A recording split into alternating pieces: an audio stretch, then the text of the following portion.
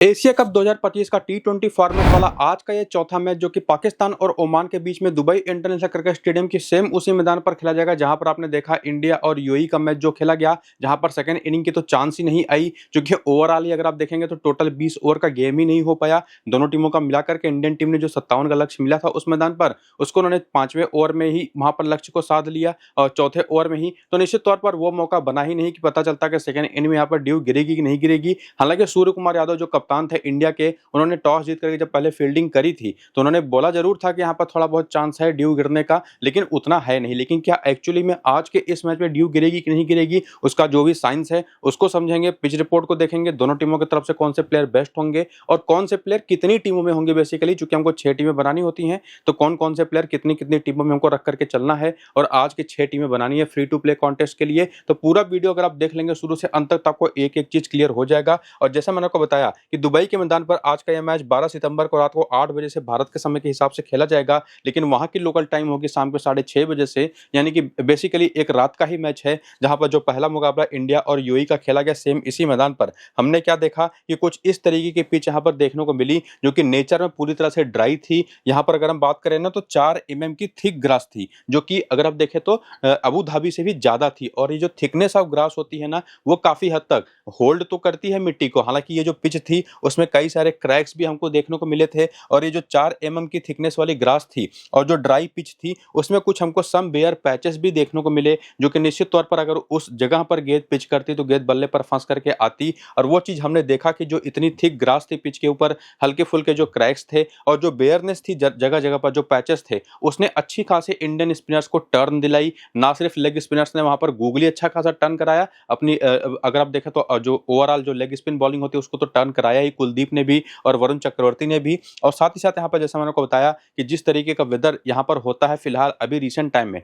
हल्के फुल्के बादल मैदान पर बने रहते हैं पूरे दिन के दौरान, और इसी वजह से जो टेम्परेचर ड्रॉप होना चाहिए ओस आने के लिए रात के टाइम पर किसी भी जगह पर, वो टेम्परेचर ड्रॉप होता नहीं। बेसिकली 2 से 3 डिग्री का ही टेम्परेचर का डिफरेंस होता है दिन के दौरान और रात के दौरान, जो कि निश्चित तौर पर कम से कम 10 से 12 डिग्री का होता तो वहां पर ड्यू गिरती। तो चूंकि ड्यू के कुछ चांसेस यहाँ पर काफी कम दिखाई पड़ रहे हैं, बाकी हमको टॉस के बाद पता चल ही पाएगा कि ड्यू आएगी या नहीं आएगी। बाकी पिच कैसी है, उस पर घास कैसी है, ड्राइनेस जो है वो किस तरह से स्पिनर्स को मदद कर रही है, वो तो हमने पहले मैच में देख भी लिया। यहाँ पर मैंने आपको बता भी दिया जिसमें जो पहला मैच हुआ इंडिया यूएई का, उसमें यूएई की टीम केवल 57 के स्कोर पर ऑल आउट हो गई और उसमें पहले 4 ओवर में बड़ी अच्छी शुरुआत करी अलीशान सराफू और वसीम मोहम्मद ने। लेकिन उसके बाद जब स्पिनर्स आ गए, बुमराह ने 1 विकेट लिया, उसके बाद कुलदीप ने 4 विकेट लिया और उसके बाद 3 विकेट ले गए शिवम दुबे। तो निश्चित तौर पर उस पिच पर जिस तरीके की शुरुआत 6 ओवर में 41 के स्कोर पर 2 विकेट गिरा करके हुई थी यूएई की, वो केवल 57 पर टीम सिमट गई। तो आप देख सकते हैं कि टोटल कोलैप्स हुआ, जिसको इंडियन टीम ने चौथे ओवर और तीसरी गेंद पर यानी कि 5वें ओवर में स्कोर को चेंज करके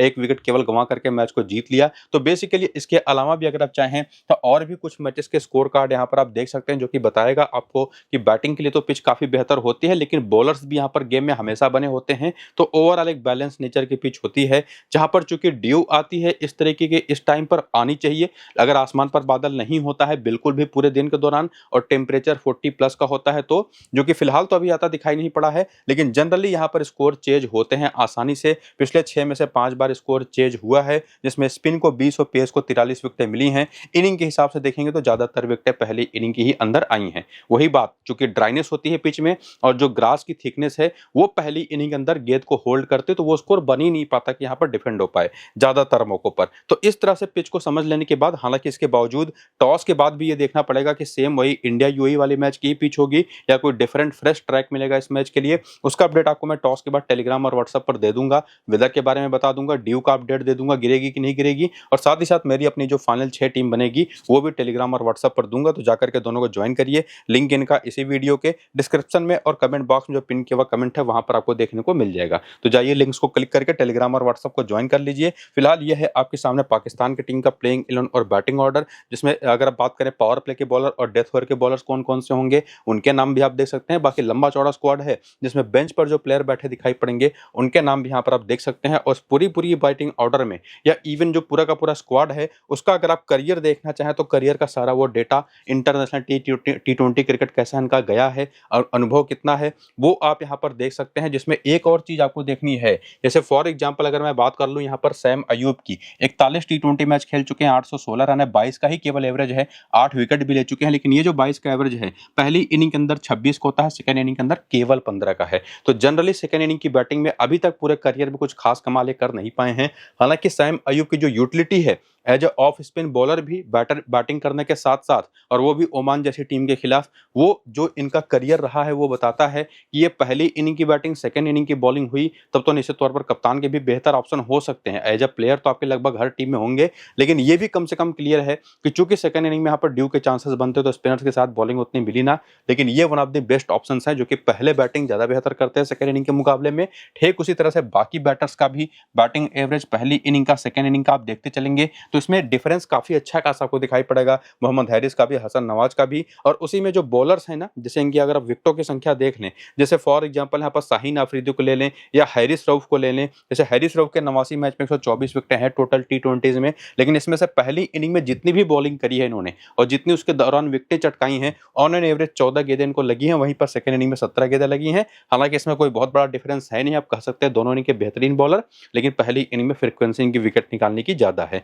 तो वो चीज आप इस वीडियो को यहीं पर रोकिएगा और हर एक प्लेयर का करियर डेटा, उसका एक्सपीरियंस और इनिंग के बेसिस पर उसकी पूरी परफॉर्मेंस जो करियर में रही है उसको जरूर देख लीजिएगा। क्योंकि आपको मल्टीपल टीमें बनानी है ना, तो कहां पर किसको प्रेफरेंस देना उसमें थोड़ी बहुत मदद वहां से मिल जाती है। लेकिन उसके बाद आकर के उससे भी जरूरी चीज वो है रीसेंट फॉर्म। अगर आप देखें तो यहां पर आपको दिखाई पड़ेगा कि रीसेंट टाइम में कैसी परफॉर्मेंसेज रही हैं। जो कि सैम अयूब के साथ अगर आप जाकर के देखें तो 17 रन कोई विकेट नहीं, 11 रन कोई विकेट नहीं, 0 रन 1 विकेट। ये अभी रिसेंट के 3 मैचेस जो इन्होंने 4 मैचेस बेसिकली जो खेले थे वहां पर, जो ट्राई नेशन सीरीज हुई थी शारजाह के अंदर, जिसमें अगली बाकी 2 टीमें अफगानिस्तान यूएई थी, तो उसके खिलाफ परफॉर्मेंसेस अगर आप देखें तो एक मैच को छोड़ करके बाकी तो नहीं चले। उसके पहले भी अगर आप देखेंगे तो इनकंसिस्टेंसी इनके फॉर्म में बनी हुई थी। लेकिन सामने ओमान की बॉलिंग है, हालांकि वो बॉलिंग भी इतनी कमजोर नहीं है, पाकिस्तानी जैसी टीमों के खिलाफ तो कोई भी बॉलिंग बेहतर होगी। लेकिन ओवरऑल मैं बात करूं तो जो इनकी यूटिलिटी है जब बैटर और एज ए बॉलर है, वो निश्चित तौर पर इनको काफी इंपॉर्टेंट ऑप्शन बना देती है। बाकी साहिबजादा फरहान को देखें तो अभी ट्राई नेशन सीरीज में भी नहीं चले, उसके पहले का फॉर्म भी देखेंगे तो बहुत ही इनकंसिस्टेंट है। वहीं पर फकर जमान बात करें तो ये अभी ट्राई नेशन सीरीज में शुरुआत तो अच्छी नहीं कर पाए थे, लास्ट के 2 मैचेस में बहुत अच्छा खेले, तो ये भी मेरे हिसाब से सेकंड बेस्ट ऑप्शन होंगे स्टिंग की तरफ से जो कि आपकी टीम में होने चाहिए। और इवन इसके बाद आते हैं सलमान आगा। हालांकि जो बॉलिंग सामने की टीम के अंदर है उसमें अगर पहली इनिंग की बॉलिंग होती है ना ओमान की टीम की, तब तो वहां पर साहिबजादा फरहान यानी कि तब उनकी पहले बॉलिंग होगी तो इनकी पहले बैटिंग होगी। पहली इनिंग की बैटिंग अगर है तो सलमान आगा एक जरूरी ऑप्शन बन जाते हैं, वरना उनकी उतनी यूटिलिटी बचेगी नहीं। और उसमें अगर हम बात करें मोहम्मद हैरिस, हसन नवाज और मोहम्मद नवाज जैसे, और उसमें खास करके ये जो दोनों बैटर्स हैं, ये दोनों बैटर्स भी पहली इनिंग के लिए ही ज्यादा, इवन अगर मैं कहूं तो सलमान आगा को तो आप एक बार के लिए चेजिंग के दौरान भी अपने टीम में रख सकते हैं, लेकिन ये जो दोनों खिलाड़ी बाकी के हैं लोअर ऑर्डर के, ये ज्यादा से ज्यादा आपके लिए जरूरी होंगे तो पहली इनिंग के लिए ही होंगे। लेकिन उसी में आते हैं मोहम्मद नवाज जो कि रिसेंट टाइम में कमाल के फॉर्म में रहे थे, और अभी शारजाह में जो ट्राई नेशन सीरीज हुई उसमें आखिरी फाइनल मैच में तो इन्होंने 5 विकेटें भी चटका दी। और उसके साथ साथ यहाँ पर आते हैं शाहीन अफरीदी, हैरिस रऊफ और अबरार अहमद भी उसे ट्राई नेशन सीरीज में बहुत ही कमाल की बॉलिंग करते दिखाई पड़े थे। मोहम्मद नवाज का तो आपको मैंने बता ही दिया। तो ओवरऑल अगर आप एनालिसिस करें, शाहीन अफरीदी, हैरिस रऊफ जिस लेवल के बॉलर हैं, इनको ज्यादा दिक्कत विकेट निकालने में होनी नहीं चाहिए बेसिकली ओमान की बैटिंग के खिलाफ ना। तो ये अगर आप देखें तो 3 बॉलर, 1 ऑलराउंडर और 2 बैटर, ये जो सबसे बेस्ट ऑप्शन इस टीम के पास हैं। तो 6 टीमें जब आपकी बनेंगी ना, तो ये 6 प्लेयर जिनके बारे में आपको मैंने बता दिया टिक मार्क के साथ, ये कम से कम 4 से 5 टीमों में आपके होंगे। और बाकी वही जो 1 से 2 टीम के में जगह बचेगी उसमें किसी टीम में आपके यहाँ पर आ जाएंगे। साहिबजादा फरहान किसी एक आध टीम में आप इनको ट्राई कर सकते हैं। सिमिलरली सलमान आगा को भी, चूंकि सलमान आगा भी कभी कभी बॉलिंग कर देते हैं। बाकी मोहम्मद हैरिस रऊफ पहली इनिंग की बैटिंग है तो किसी एक आध टीम में आप इनको भी लेके जा सकते हैं। उसी तरह से फहीम अशरफ को, लेकिन पहली इनिंग की बॉलिंग हो तो। बाकी प्लेयरों के बारे में आपको मैंने क्लियर कर दिया। बेंच पर जो प्लेयर है उनके भी बारे में आप चाहें तो देख सकते हैं कि कैसे फॉर्म में है। तो ओवरऑल जो 6 टीम आपको बनानी है यहीं पर आकर के क्लैरिटी आपको मिल जाती है कि कौन सा प्लेयर कितनी टीमों में होगा। बाकी हेड टू हेड के आंकड़े क्योंकि अगर आप देखने जाएंगे ना तो यहाँ पर तो कोई डेटा आपको मिलेगा नहीं। ओमान के खिलाफ कोई पाकिस्तानी प्लेयर इंटरनेशनल टी20 मैच खेला नहीं, हालांकि वेन्यू का डेटा वो आपको देखने को मिल जाएगा। वो आप यहाँ पर देख सकते हैं कि सैम अयूब इस ग्राउंड पर तो नहीं खेले। साहिबजादा फरहान के 5 मैच केवल 84 रन है। फकर के भी 5 मैच में केवल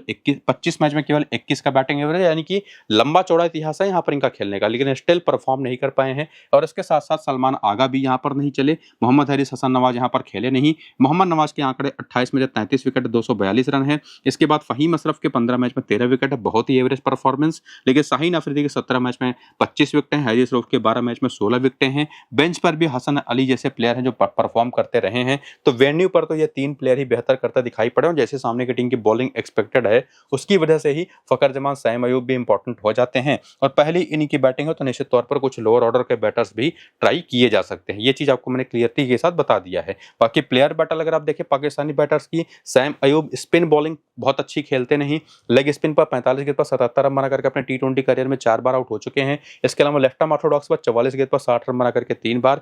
तो लेग स्पिन और लेफ्ट आर्म ऑर्थोडॉक्स बॉलिंग ना सिर्फ इनको, even left arm Orthodox bowling तो साहिबजादा फरहान को भी परेशान करती है, और इवन एक्सप्रेस पेस बॉलिंग भी। और उसके बाद आती है सलमान आगा, जिनका कोई डेटा है नहीं। फ़खर जमान जो कि एक लेफ्ट हैंडर है, तो ऑफ स्पिन के खिलाफ इनका एक बैटल बनता है जो इनके बैटिंग एवरेज को 25 के नीचे कर देता है। इसके बाद आते हैं मोहम्मद हारिस, ये भी लेफ्ट आर्म ऑर्थोडॉक्स और ऑफ स्पिन पर फंसते रहे हैं। हसन नवाज भी लेफ्ट आर्म ऑर्थोडॉक्स पर फंसते रहे हैं, मोहम्मद नवाज लेग स्पिन पर फंसते रहे हैं। तो स्पिन बॉलिंग ऑप्शन और specifically left arm Orthodox bowling वो काफी इंपॉर्टेंट होती है इस टीम के खिलाफ। और चूंकि इस टीम के अंदर कुछ लेफ्ट हैंडर्स भी हैं, तो ऑफ स्पिनर भी हमेशा जरूरी हो जाते हैं पाकिस्तान की टीम के खिलाफ। तो ऐसा ऑप्शन है कौन कौन से सामने की टीम में? अगर आप देखने आए ओमान का पूरा स्क्वाड, तो एक तो इनके ऑलराउंडर ही है आमिर कलीम, बहुत इंपॉर्टेंट प्लेयर हो जाते हैं जो कि ऊपर आकर के बैटिंग भी करके देंगे। इसके साथ साथ शकील अहमद भी एक लेफ्ट आर्म ऑर्थोडॉक्स बॉलर हैं। इवन इनके पास समय श्रीवास्तव जैसा एक लेग स्पिन बॉलर भी है, और एक ऑफ स्पिनर करण सोनावले भी हैं जो कि ना सिर्फ ऊपर बैटिंग करेंगे बल्कि ऑफ स्पिन बॉलिंग, हालांकि जरूरी नहीं है कि पूरे 4 ओवर करें, 2 से 3 ओवर करके दे सकते हैं।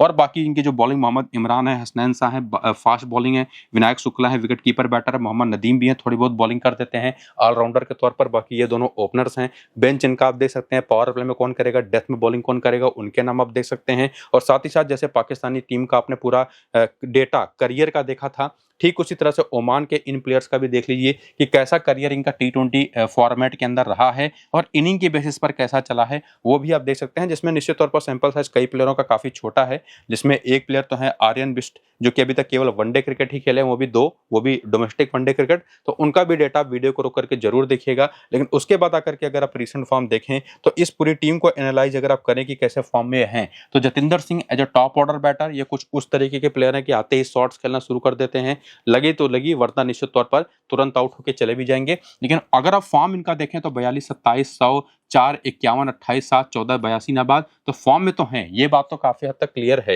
लेकिन वहीं पर आशीष ओडेडरा की बात करें तो फॉर्म बहुत ही खराब है। इवन करण सोनावले को भी देख लें तो कुछ खास कमाल कर नहीं पाए, लेकिन एक ट्रम्प रहेंगे, ये चीज ध्यान में रखिएगा। चूंकि as off spin bowling option ये निश्चित तौर पर मुझे तो जहां तक लगता है कि बॉलिंग करते जरूर देखने को मिलने वाले हैं। टॉप ऑर्डर पर बैटिंग भी 20-25 रन बना गए तो वो भी मोर देन इनफ है, एक विकेट लेकर के। चूंकि सामने की टीम में, पाकिस्तान की टीम में लेफ्ट हैंडर्स तो हैं।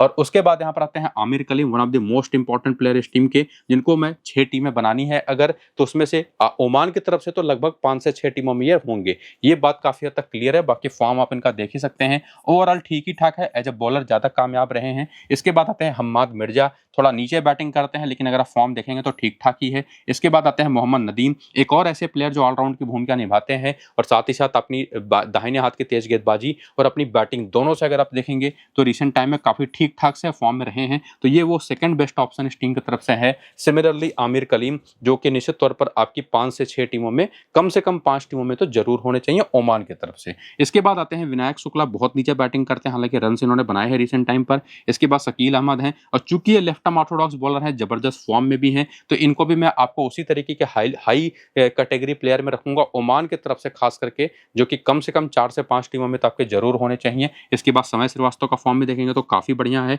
मोहम्मद इमरान का फॉर्म देख लीजिए, ठीक ठाक सा है। Hasnain Shah, right arm fast bowler जिनके पास पेस भी है। इसके बाद सूफियान महबूब हैं जो स्विंग पर रिलाई करते हैं और ऑलराउंडर है बेसिकली। और बाकी बेंच के प्लेयर्स के बारे में भी आप देख सकते हैं। तो बेसिकली आमिर कलीम, मोहम्मद नदीम और शकील अहमद इस टीम के 3 वो बेस्ट ऑप्शन है जो कि हर टीम में लगभग रहेंगे। किसी एक आध टीम में यहाँ पे इनको स्किप कर सकते हैं, जहां पर स्किप करेंगे वहां पर आपके पास यहाँ पर एक ऑप्शन समय श्रीवास्तव का आ जाएगा, एक हसनैन शाह चूंकि इनके पास पेस है इसकी वजह से आ जाएगा, और उसके साथ साथ करण सोनावले और जतिंदर सिंह। ये 4 प्लेयर ऐसे होंगे जो कि बाकी के 2-2, 3-3 टीमों में रोटेट होकर के आएंगे ओमान की तरफ से। मोर देन इनफ है, इनके अलावा ज्यादा सोचने की आपको जरूरत आपको पड़ेगी नहीं जब आप इनके तरफ से प्लेयर पिक करेंगे। बाकी हेड टू हेड का डेटा जैसे पाकिस्तानी प्लेयर्स का नहीं था, वैसे ही ओमान के प्लेयर्स का भी आपको देखने को नहीं मिलेगा। वेन्यू का डेटा आपको थोड़ा बहुत देखने को मिल जाएगा, जिसमें आप देखेंगे तो यहाँ पर जतिंदर सिंह 2 मुकाबले खेले इस मैदान पर, 67 रन बनाया है, जिसमें एक बार बिना खाता खोले आउट हो गए थे सेकंड इनिंग की बैटिंग में। पहली इनिंग की बैटिंग में 67 रन की पारी खेली थी। आमिर कलीम के 2 मैच में कोई विकेट नहीं है, 30 रन है।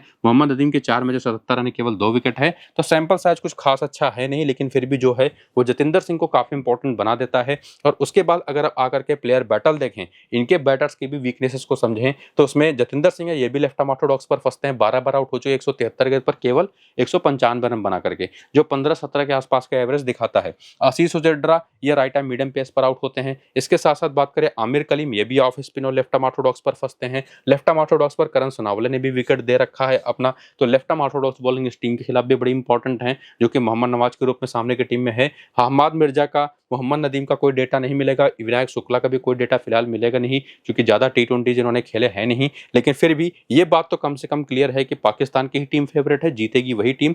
और उसमें सबसे कॉमन कप्तान है, कप्तान के जो 2 नाम हैं, यही ज्यादातर टीमों में कप्तान है कप्तान होंगे, जिसमें मोहम्मद नवाज तो बेस्ट हैं। सैम अयूब को रिप्लेस करके आप कई टीमों में फखर जमान को, किसी एक आध 2 टीम में आमिर कलीम को, और किसी किसी टीम में आप हारिस रऊफ को भी कप्तान है कप्तान रोटेट कर सकते हैं, और बाकी अपनी टीम बना सकते हैं खुद की भी। लेकिन मेरी जो अपनी फाइनल 6 टीम बनेगी वो आपको मैं टेलीग्राम और व्हाट्सएप पर दूंगा, तो दोनों को जाकर के ज्वाइन करिए। लिंक इनका इसी वीडियो के डिस्क्रिप्शन में और पिन कमेंट में आपको देखने को मिल जाएगा। बाकी उससे भी इंपॉर्टेंट है कि वीडियो को पूरा देख करके अपनी टीम खुद से बनाने की कोशिश करिए। बाकी सारे अपडेट्स तो टेलीग्राम पर आपको मैं दे दूंगा। ये वीडियो फिलहाल यहीं पर करूंगा खत्म। चलते हैं, नमस्कार।